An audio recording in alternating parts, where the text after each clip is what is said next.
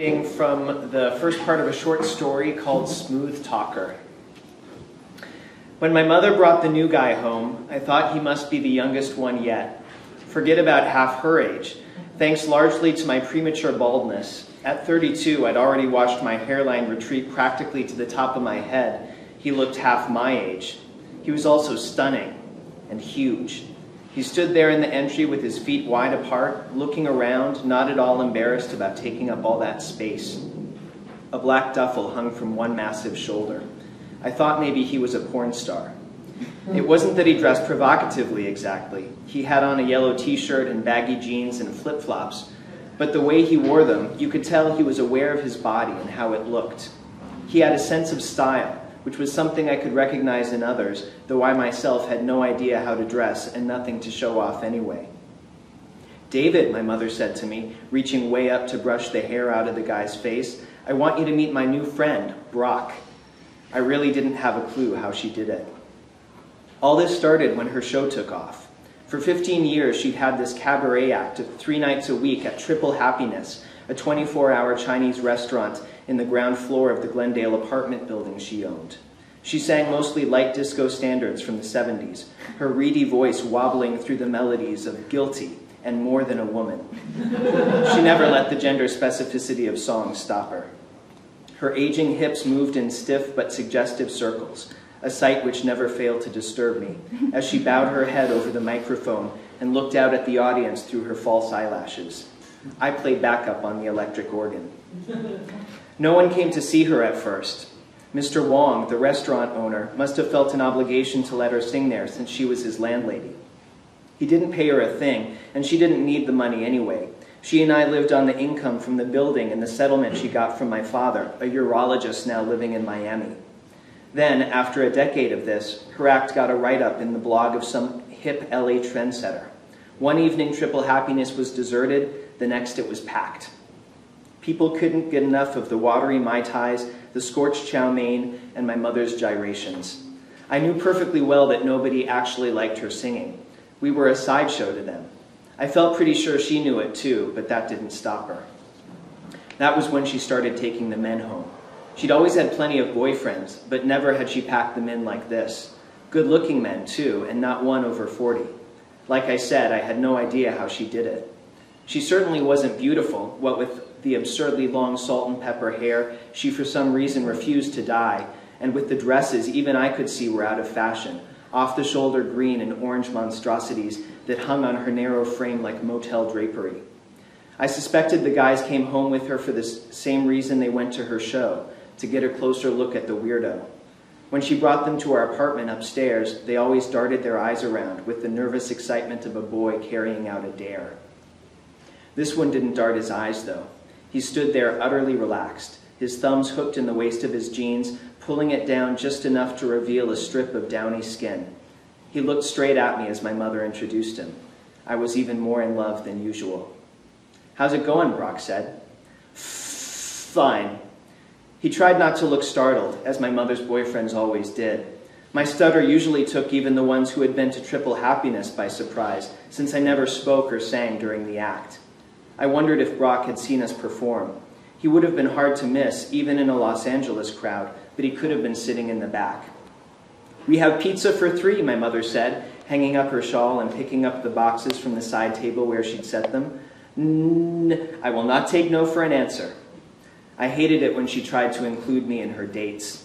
It felt so degrading to spend an evening mooning over her latest catch, only to watch him follow her down the hall to her bedroom. I'd sworn I wouldn't do that to myself anymore. "Come on, David," Brock said, raising his eyebrows and wrinkling his mouth into a cajoling smile. My hair was pointing in all directions. I could feel it. I reached up and tried to smooth it forward. My mother clapped her hands. Her rings rang out as they struck together. "Look at me," she said. "I'm such a lucky lady to have 2 gorgeous boys like you to eat with." We went to the dining room. My mother lit candles and opened a bottle of red wine. Brock poured.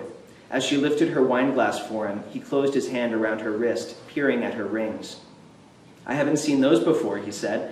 "They're even bigger than the others." "Uh-huh." She spread out her fingers and admired them. She always wore at least 1 ring on every finger, except for her thumbs.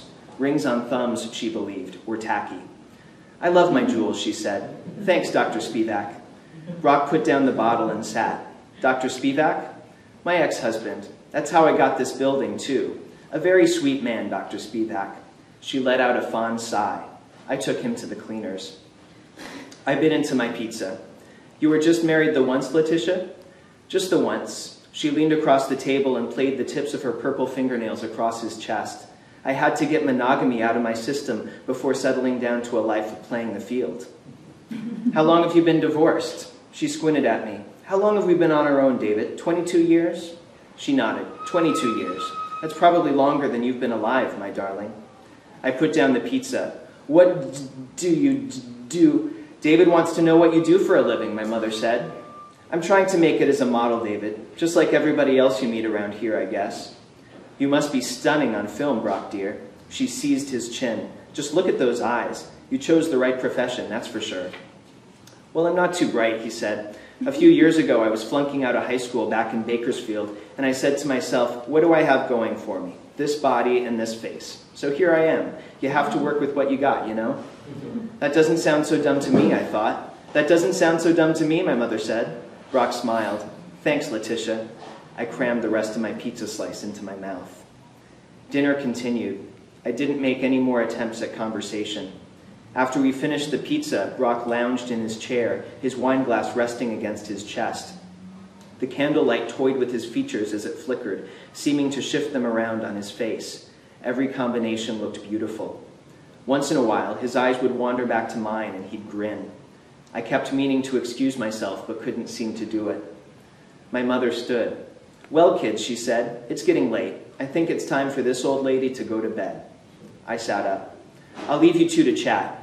I glanced at the clock. It wasn't even 10 yet. What was she doing? This was a serious deviation from the routine. And Brock didn't seem to find it at all unusual. He just sat there with his wine as if he planned to sit there all night. "Good night, Letitia," he said. "Good night, boys." She gave us each a kiss on the top of the head and left the room. Brock finished his glass and set it down. He hoisted himself out of his chair. "What do you say we move to the living room?" While he ambled away from the table, I grabbed a handful of my hair and tugged it down over my forehead. It sprang back into place as soon as I let it go. Gulping, I followed him. He'd settled himself on the couch, one arm stretched along the back, his legs spread wide. For a few seconds, I stood there like an idiot, trying to decide between the armchair and the narrow space on the couch beside him. I chose the armchair. "I saw your act," Brock said. "Yesterday." "I didn't see you." "It was pretty crowded. You guys put on a great show." He chuckled. "Your mother." "My mother. She drives the guys crazy, I guess." He walked over to my keyboard, which stood in a corner of the room to one side of the fireplace. My mother liked to keep it out there just in case we had guests and the opportunity arose for an impromptu home concert. He swept his finger down the line of keys. "You're really good on this thing." "Thanks. I tried to learn the guitar once." He sat down on the stool and pretended to play. "More than a woman," he sang. His fingers slowed. "I think it's cool when people can do something." He swung himself around on the stool. "How would you like to play for me?" "I can't. The amp's broken." "That's too bad." I wished I could play for him. I wished I could play the electric organ in the restaurant downstairs. It was a beautiful thing, a 1979 Hammond Colonnade, and I'd played it all my life. My mother bought it for me when I was 6 years old. By the time I was 8, I knew all her favorite songs. She would sit next to me on the bench, rolling her shoulders in time with the hollow plunking of the synthetic percussion, as meek Dr. Spivak read on the couch, his eyes staying on his newspaper, but a faint smile indicating that he was listening. We sat with our backs to him and never paid him much attention. When I was 10, he left, or as it seemed to me, faded away. In his place, a series of unfamiliar men sat watching me play and her sing. Our home concerts changed then. Their focus shifted. Now my mother sat on the bench facing away from the organ, toward her boyfriend of the moment. I found myself, too, stealing nervous glances over my shoulder. I'd enjoyed our shows before. Now, with these handsome strangers present, performing was a serious business, terrifying and thrilling. After that, she got the idea to sing in public. It broke my heart when she insisted on moving the organ down to triple happiness. The restaurant was always open. I could never play in privacy anymore.